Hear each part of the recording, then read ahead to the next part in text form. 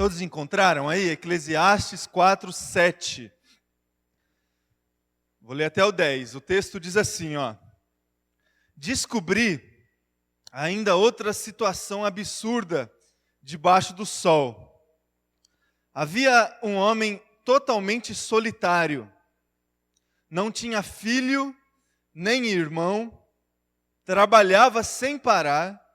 Contudo, os seus olhos não se satisfaziam com a sua riqueza. Ele sequer perguntava: para quem estou trabalhando tanto? E por que razão deixo de me divertir? Isso também é absurdo. É um trabalho por demais ingrato. É melhor ter companhia do que estar sozinho, porque maior é a recompensa do trabalho de duas pessoas. Se um cair, o amigo pode ajudá-lo a levantar-se. Mas pobre o homem que cai e não tem quem o ajude a levantar-se. Até aqui. Convidar você a fechar os teus olhos mais uma vez, colocar a tua vida, a tua atenção, teu coração na presença de Jesus. E a gente vai orar para que o Espírito Santo fale com a leitura da palavra, com a reflexão, cada coração aqui. Senhor Deus Pai, nós entregamos esse momento agora, especialmente esse momento, Deus, que a gente se coloca diante da Tua palavra, porque a gente acredita, Deus, que a revelação do Senhor, a revelação da Tua vontade, a Tua voz, nós ouvimos pela ministração do Teu Espírito Santo através da leitura da Tua palavra. Deus, que de fato isso aconteça, que a gente saia daqui, desse lugar, com o coração agradecido, cheio de esperança, porque nós louvamos o Senhor, nós engrandecemos o Teu nome, mas Deus, que a gente saia daqui também com a convicção no coração de que nós ouvimos a Tua voz. Deus, que seja assim na vida de cada irmão e irmã presente aqui nesse lugar. Deus, que seja assim na minha vida. Essa é a oração que eu faço em nome de Jesus. Amém. Amém. Irmãos, eu não sei se você viu o título do texto que eu escrevi aí no seu boletim. A felicidade só é verdadeira quando compartilhada. Você sabe de onde vem essa frase? Obviamente não fui eu que elaborei, né? Não tem essa criatividade toda. Alguém sabe ou não? Alguém assistiu um filme chamado Na Natureza Selvagem? Algum tempo atrás, esse filme foi lançado, dirigido e produzido pelo Champagne, é isso? É assim que fala? Champagne.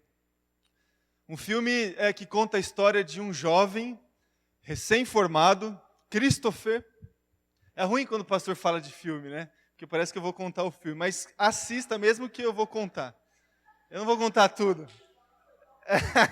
Eu não vou contar nem o final. Mas esse filme é o seguinte, um jovem recém-formado na faculdade, motivado por um senso de inadequação social, inadequação familiar, ele decide, no seu coração, partir para uma caminhada de peregrinação em vários lugares dos Estados Unidos, mas o objetivo que ele colocou no coração final é que ele chegaria até o Alasca.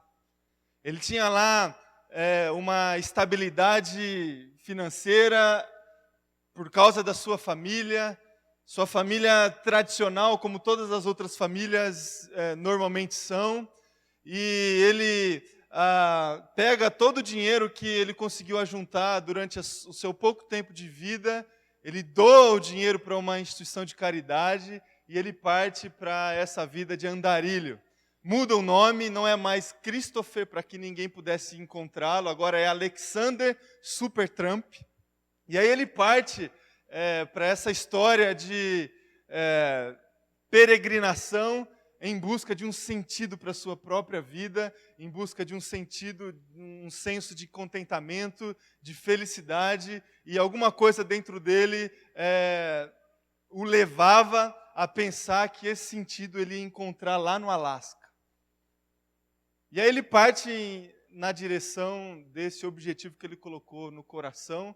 Ele cruza algumas pessoas no meio do caminho, tem algumas experiências com outras pessoas no meio do caminho, e ele chega de fato e enfim no objetivo da caminhada dele. Ele chega lá no Alasca, encontra um ônibus abandonado no meio da neve, e ali ele vive alguns momentos, alguns dias, alguns meses da sua vida.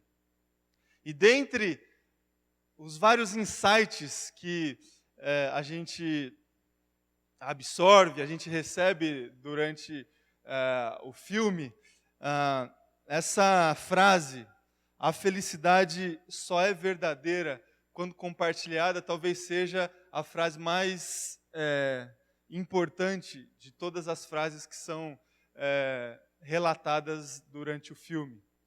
Porque no final dessa história, dessa caminhada, sozinho, no meio do nada, no meio de um lugar onde não tinha ninguém, ele precisava caçar, fazer tudo para a sua sobrevivência, ele descobre que aquilo que ele foi atrás lá no Alasca, a felicidade, contentamento, o sentido para a vida dele, ele só conseguiria de fato alcançar se ele pudesse compartilhar as experiências que ele estava tendo ali.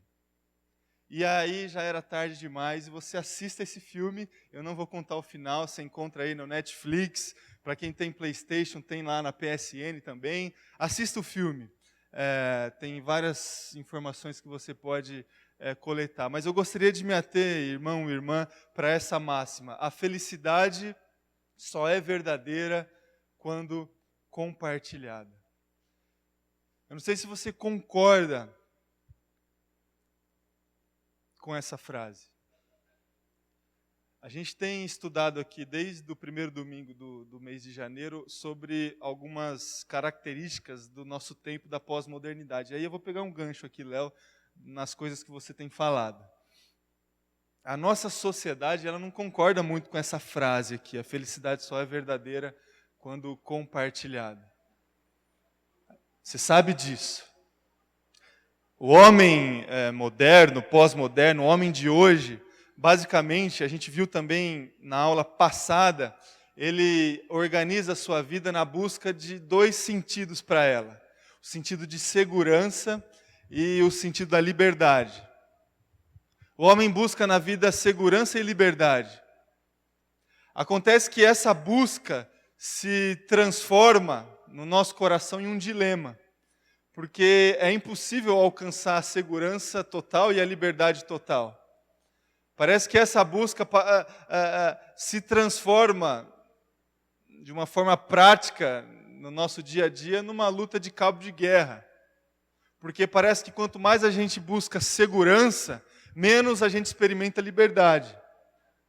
Ou o contrário, quanto mais a gente se joga para experimentar a liberdade na vida, menos a gente sente esse senso de segurança. E é assim que acontece em várias áreas da vida, especialmente na construção das nossas relações, nos nossos relacionamentos. Os relacionamentos que a gente constrói durante a vida, que a gente desenvolve com as pessoas, com Deus, que seja, a gente encontra e sofre as consequências desse dilema entre a segurança e a liberdade. Porque normalmente a gente constrói as nossas relações em busca de uma certa segurança. O homem precisa se encontrar no outro. O homem precisa disso. Acontece que quando a gente faz isso, a gente nos priva de uma certa liberdade e uma certa individualidade. Só que o coração, ele precisa o tempo todo da segurança e da liberdade. E é assim, irmão e irmã, com essa reflexão que eu gostaria de introduzir, a reflexão da palavra de Deus aí para o teu coração. A busca que o homem tem por segurança, por liberdade, e como isso afeta na construção das nossas relações. A relação que a gente tenta cultivar com o próprio Deus e a relação que a gente tenta cultivar com outras pessoas. Como, por exemplo, aquilo que a gente tenta fazer aqui como comunidade cristã, como igreja. Eu gostaria de voltar lá para trás, para o relato da criação do homem e da queda. E normalmente eu faço isso, não sei se você percebeu, porque eu acredito que o livro de Gênesis, e eu acredito que a gente vai ter a oportunidade de estudá-lo com mais detalhes, mas eu acredito que os relatos do livro de Gênesis nos ajuda a entender muitas coisas em relação à nossa vida e ao nosso comportamento. Relato da queda, você conhece. Deus que é relação na sua essência, que é a comunidade na sua essência, Ele cria o homem com o único objetivo de partilhar dessa comunidade e desse relacionamento. É assim que você aprendeu na escola dominical e é assim que eu estou te falando. O objetivo inicial e primeiro, e continua sendo, de Deus quando criou o homem, é para estabelecer um relacionamento com esse homem. E é assim que aconteceu e é assim que começou. Acontece, irmão ou irmã, que você sabe que no cenário descrito lá no livro de Gênesis, para o estabelecimento desse relacionamento, Deus colocou uma condicional para que houvesse esse relacionamento. No jardim, Deus colocou uma árvore lá, no meio do jardim, e chamou a árvore do conhecimento do bem e do mal.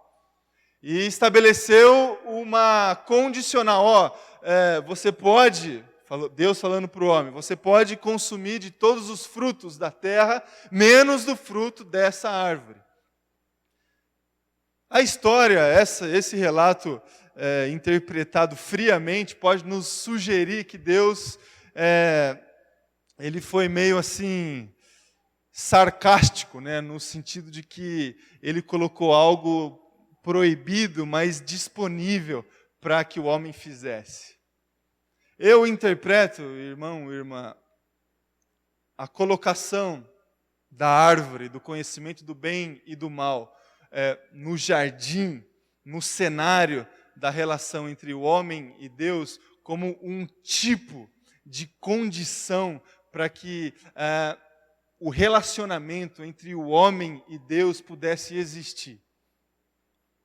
Sem a árvore do conhecimento do bem e do mal, não existiria relacionamento entre homem e Deus.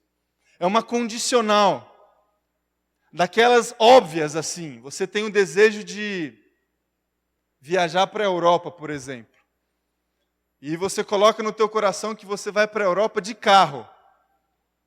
E aí alguém te fala assim, não dá para ir de carro. A condição para você viajar para a Europa é você tem que ir ou de avião ou de navio. É condicional, daquelas óbvias. É dessa forma que eu interpreto a árvore do conhecimento do bem e do mal sendo colocada no meio do jardim do Éden. É uma condicional óbvia. Só a relação, irmão e irmã, só a comunidade, quando há privação da nossa individualidade. Só há jardim do Éden, Deus se relacionando com o homem, quando há também a árvore do conhecimento do bem e do mal. Só há relação, só há pessoas se relacionando de uma forma íntima, só há casamento, só há estabelecimento de família, só há comunidade cristã, só há igreja, quando também existe privação da nossa individualidade. Tem limites, tem situações que a gente não pode se colocar, tem ações que a gente não pode ter.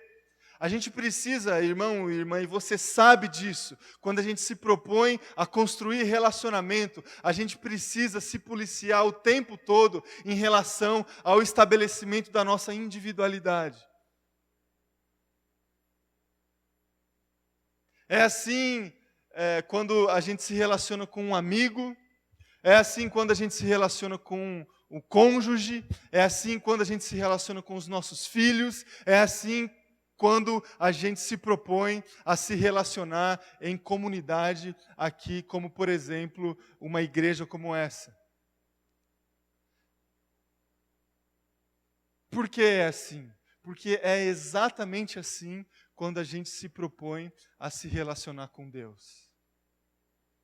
Só há relacionamento com Deus se existe privação da nossa individualidade. E você vai ler as Escrituras, do início ao fim, e você vai perceber toda a dinâmica do discipulado, da educação cristã, da mensagem do Evangelho, indo exatamente na direção contrária ao estabelecimento da nossa vontade, do nosso egoísmo e da nossa individualidade. Todos os textos caminham para essa direção. Por quê? Porque o objetivo primeiro, lá atrás, o objetivo de Deus, qual é? O estabelecimento de comunidade. Estabelecimento de comunidade. Assim como Ele é em essência, Ele quer que a gente seja também. E para que haja comunidade, a gente precisa lidar com a árvore do conhecimento do bem e do mal nas nossas vidas todos os dias. Ela está colocada lá, não dá para tirar. É condicional, daquelas óbvias. É condicional. E eu não sei se você percebeu, irmão e irmã, a gente começou o ano com esse desejo no coração de desafiar a igreja, de a gente também ser desafiado a caminhar esse ano de 2016 como igreja, com essa máxima no coração: construir relacionamento. Construir relacionamento.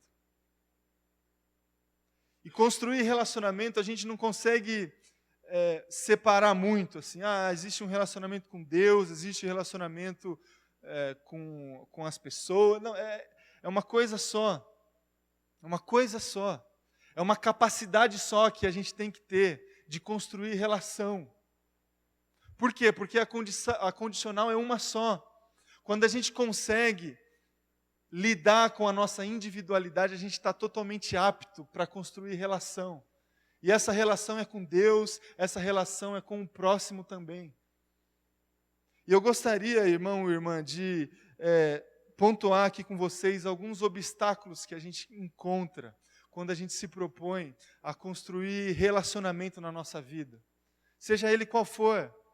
Seja ele com Deus, seja ele com o nosso esposo, a nossa esposa, seja ele com os nossos filhos, seja ele com os nossos irmãos da igreja. A gente sempre encontra alguns obstáculos que têm muito a ver com a nossa individualidade, que eu vou pontuar aqui com você. O primeiro obstáculo que a gente encontra é o obstáculo da autossuficiência.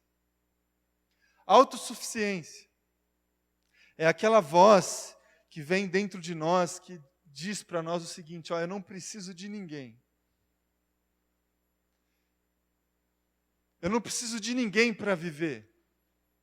Eu me basto, não é? Eu me basto. A minha companhia me basta. Os meus conhecimentos, eles são suficientes para eu viver. Os meus recursos, eles são suficientes para eu conduzir a minha vida. Autossuficiência. Aliás, parece que é dessa forma que a gente organiza desde quando nós nascemos as nossas vidas para atingir essa chamada autossuficiência, não é? Nós educamos dessa forma para que a pessoa atinja um certo grau de autossuficiência. E a gente acha que isso vale para todas as relações e para todas as áreas das nossas vidas. A gente acredita, irmão e irmã, fielmente, que o objetivo primeiro da nossa vida é a gente não depender de ninguém. E a gente parte nessa caminhada, e isso é um obstáculo, porque isso tem muito a ver com a nossa individualidade. Muito a ver com a nossa individualidade. Um segundo obstáculo que eu pontuo aí no teu coração é o seguinte, isolamento. Isolamento. É aquela voz que surge dentro do nosso coração que diz o seguinte: eu não quero e eu não preciso me expor.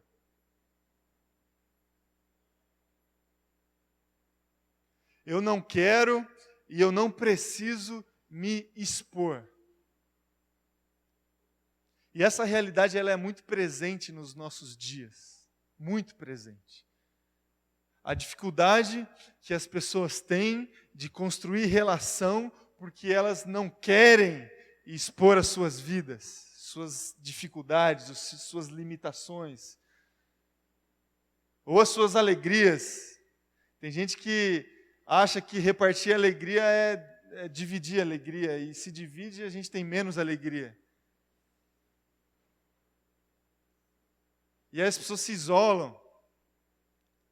É aquela percepção que a gente tem da solidão em meio à multidão, que a gente tem muito aqui em São Paulo. Muitas pessoas estão rodeadas de milhares de outras pessoas, mas ainda assim vivem dias solitários, porque se isolam. Então o isolamento é também um obstáculo na caminhada de construção de relação. Terceiro obstáculo que eu pontuo aí para o teu coração é o perfeccionismo. Perfeccionismo.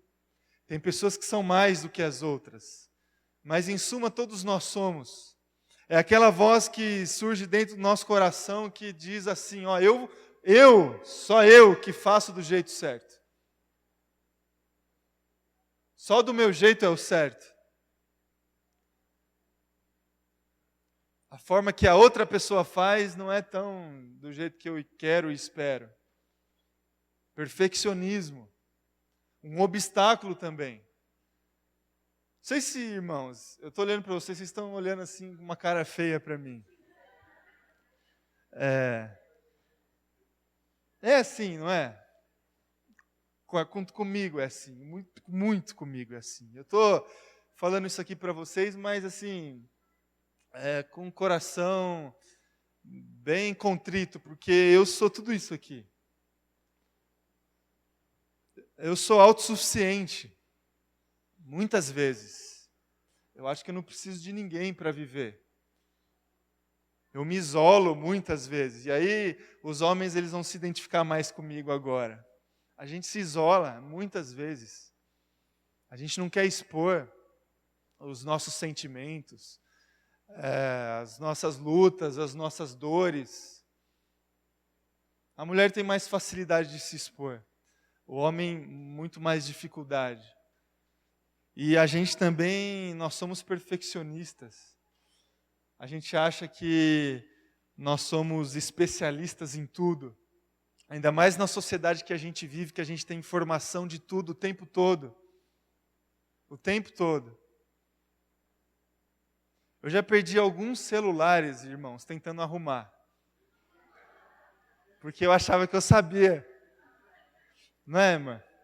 Tá lá, agora é o celular do ladrão, manja, que ele deixa no carro para dar para quebrar. A gente acha que a gente sabe. E um quarto obstáculo, irmão, irmã, não menos crítico, é o obstáculo da indiferença. Indiferença. É aquela voz que vem dentro do nosso coração muitas vezes, que diz assim para a gente, ó, deixa como está. Deixa assim. Deixa estar como está. Indiferença. E aí o problema está diante de nós, a demanda está diante de nós, as pessoas estão diante de nós o tempo todo, a gente frequenta comunidades o tempo todo, na igreja, na família, no trabalho, diante dos nossos olhos, e a gente acha que deixa assim, deixa ficar do jeito que está. A gente não quer se esforçar, porque a gente sabe, a gente sabe que se a gente se esforçar, a gente vai ter trabalho. Sabe aquela sensação que às vezes a gente tem de o seguinte: você encontra uma pessoa e você pensa duas vezes na hora de perguntar se está tudo bem com a pessoa, porque vai que não está, não é? Vai que não está tudo bem. Vai que a pessoa não responde no automático, sabe como a gente responde? Está tudo bem? Não. Por que eu perguntei, né? Deixa ficar do jeito que está. Contra esses obstáculos, irmãos, eu tenho aí alguns desafios para o meu coração, para o teu coração, diante desse objetivo que a gente tem de construir relacionamento. Construir relacionamento. E esses desafios são contrapontos dos obstáculos que eu pontuei. O primeiro, ao invés de autossuficiência, irmão e irmã, a gente tem que experimentar um senso de dependência. Dependência. A gente precisa dizer para nós mesmos o tempo todo: a gente não sabe viver sozinho. A gente precisa do outro. A gente precisa de experiências de afetividade, de afetar a outra pessoa, de se deixar ser afetado pela outra pessoa. A gente precisa se encontrar no outro. E esse encontro, a gente precisa ter a consciência no nosso coração que é condicional para o nosso contentamento e a nossa felicidade. A gente, de fato, irmão e irmã, a nossa felicidade depende da construção de relação com Deus e com as outras pessoas. A gente depende disso. A gente precisa aprender isso. Dependência. A nossa vida só é completa no outro. A nossa vida só é completa no outro. E esse outro é Deus e são as pessoas. Eu não sei se você sabe disso, irmão ou irmã. Deus e as outras pessoas, a relação que a gente estabelece com Deus e com as outras pessoas é uma só. Eu não sei se você se lembra das palavras do próprio Jesus. Não existe como, irmão ou irmã, a gente dizer que nós amamos a Deus se a gente não consegue amar outra pessoa. Não tem como. Não tem como a gente dizer, cantar, orar e falar que a gente depende de Deus se a gente não consegue depender de uma outra pessoa. Não tem como. É daquelas condicionais óbvias. Não tem como. A mesma experiência que a gente tem na construção dos nossos relacionamentos com as pessoas é a experiência que a gente tem na construção da nossa relação com Deus. Por isso que não há relacionamento com Deus sem pessoas. Por isso que não há relacionamentos com Deus sem igreja. Não existe, irmão ou irmã. Existe um movimento que diz que a gente pode estabelecer relacionamento com Deus na nossa vida individual, dentro do nosso quarto, nas nossas leituras, nas nossas ações devocionais individuais, e somente assim a gente pode construir relação com Deus. Isso não é verdade. Isso não é verdade. Porque a relação que a gente constrói com Deus é a mesma que a gente constrói com as outras pessoas. Por isso que existe a igreja. Por isso que existe a igreja. A igreja não é uma instituição, um prédio, um local ou um grupo de pessoas que está organizado para executar boas obras na sociedade somente.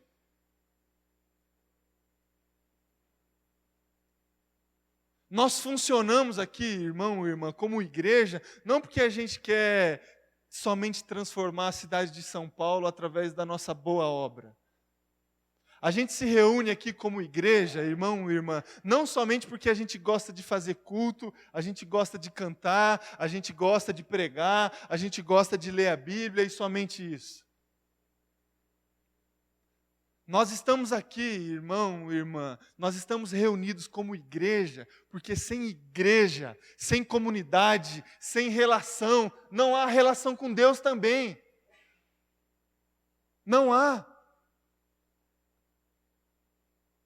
Nós dependemos uns dos outros. Senso de dependência. O segundo senso que eu gostaria de trazer para o teu coração é, em contraponto ao isolamento, é um senso de exposição. A gente precisa se expor e dizer o tempo todo para as outras pessoas, ó, esse sou eu. Esse sou eu. Exposição. A exposição das nossas vidas, quem de fato nós somos. Sinceridade e transparência. A nossa vida só é completa com transparência e sinceridade. E essa é uma dificuldade enorme que a gente encontra. Enorme. De se expor. De expor a vida como ela é. A nossa vida como ela é. Você sabe disso. A gente vive uma sociedade das interpretações, das máscaras, dos diálogos superficiais, do tudo bem, tudo bem, oi, vamos se encontrar um dia e esse dia nunca chega.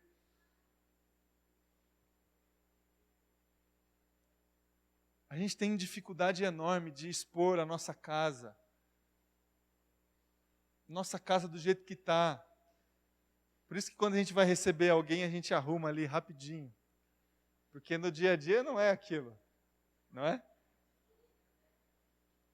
Dia a dia, chinelo, tênis, roupa, para todo lado.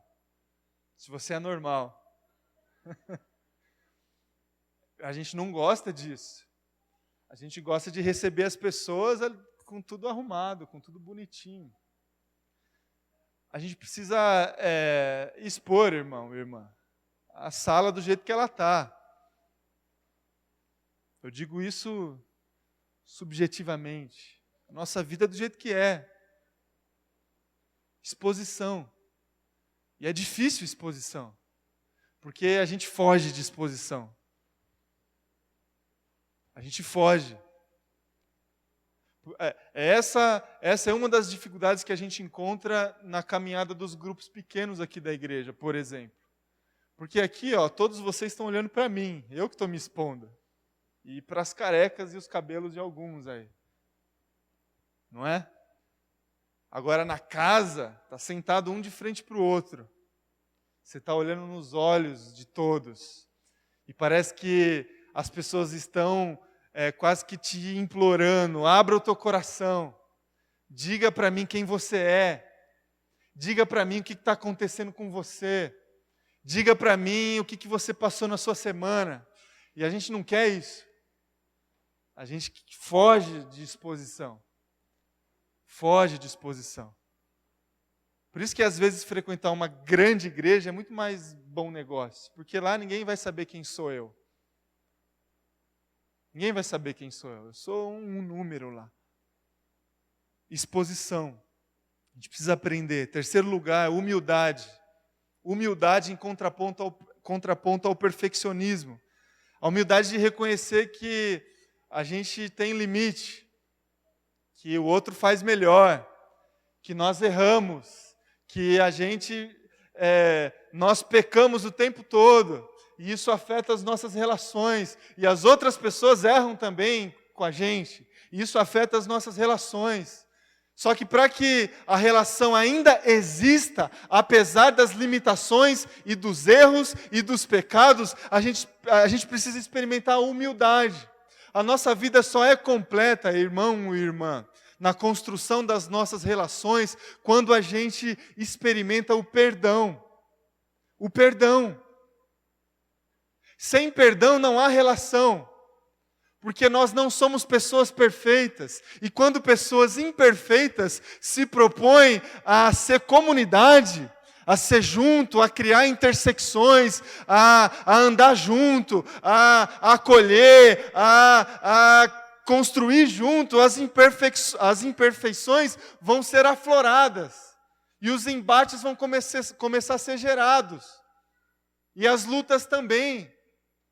E diante das dificuldades que a gente tem com os erros das outras pessoas, com os nossos próprios erros, a gente precisa de humildade, primeiro para pedir perdão. E segundo, para perdoar. Para perdoar. Humildade. E é outro desafio bem difícil para nós. Humildade. Nós somos orgulhosos demais. Demais. Dificilmente nós reconhecemos os nossos erros sem justificá-los nos erros das outras pessoas. Dificilmente. Quando nós reconhecemos é porque, né? Sempre é isso. Eu faço isso, mas eu faço porque meu pai faz. Porque dificilmente nós reconhecemos o erro. E a gente precisa de humildade para experimentar o perdão e de ser perdoado e de perdoar. Em último lugar, em contraponto à nossa indiferença, a gente precisa experimentar um senso de iniciativa. Iniciativa.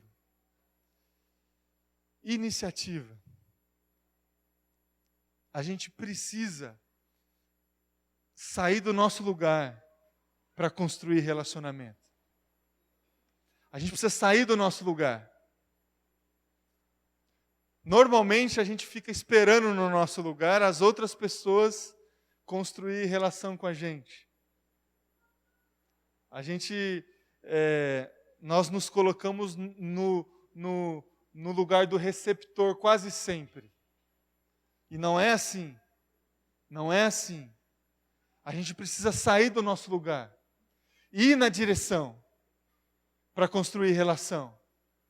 Construir relação com Deus, a gente precisa agir. A gente precisa orar. A gente precisa ler a palavra. A gente precisa separar um momento para falar com o Senhor. A gente precisa fazer. Só que a tendência é o seguinte, a gente fica parado e aí Deus, pela sua misericórdia e pelo seu amor, às vezes, por alguma experiência, alguma outra percepção, Ele vem à nossa direção. Para construir relação com outras pessoas também, a gente precisa agir. A gente precisa fazer, a gente precisa cultivar, a gente precisa tomar a iniciativa. Na igreja, na comunidade também, para a gente construir relacionamento aqui dentro, para expandir o reino de Deus, a gente precisa agir, irmão e irmã. Você precisa sair do teu lugar. Você precisa, diante das críticas que você faz ou que você tem no teu coração, você precisa, de alguma forma, tentar sanar essas demandas que você identifica. Porque, às vezes, nos falta essa sabedoria. Às vezes, a gente identifica alguma demanda, por exemplo, aqui na nossa comunidade, e a única ação que a gente tem é elaborar uma crítica.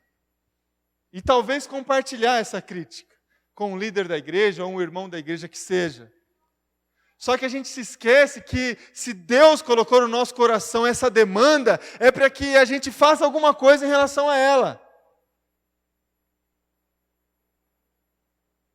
Sair do lugar e cultivar, e fazer. Iniciativa. Porque, irmão, irmã, a nossa vida, ela só é completa quando a gente constrói comunidade. E comunidade, ela é construída. Por isso que o objetivo da nossa igreja é construir. Construir. Para que haja relação, tem que existir construção. E fica aí, irmão e irmã, esses desafios para o meu coração e para o seu coração. Se abra, se quebre, ore para o Senhor. Deus, eu não consigo restringir a minha individualidade, porque só há isso aqui, Só há senso de dependência, só há senso de exposição, só há humildade, só há iniciativa se a gente conseguir restringir a nossa individualidade. Às vezes o problema está exatamente aí, você não consegue. Você não consegue. E aí a gente precisa de Deus, para quebrar o nosso coração, aquela experiência de transplante espiritual, sabe?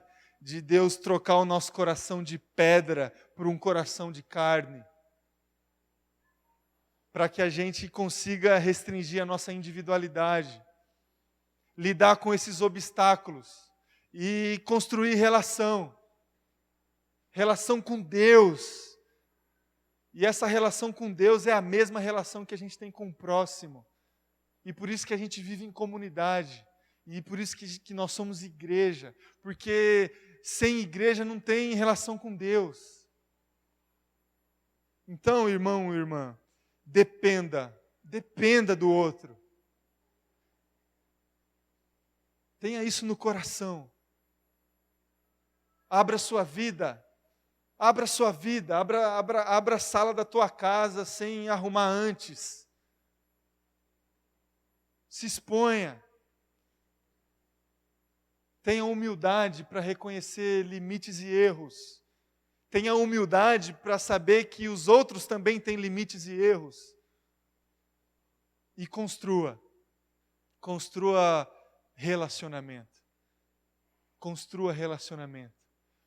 Para que você não chegue no final da sua vida como o autor de Eclesiastes chegou. E eu concluo com o texto que a gente leu, com a percepção desse absurdo.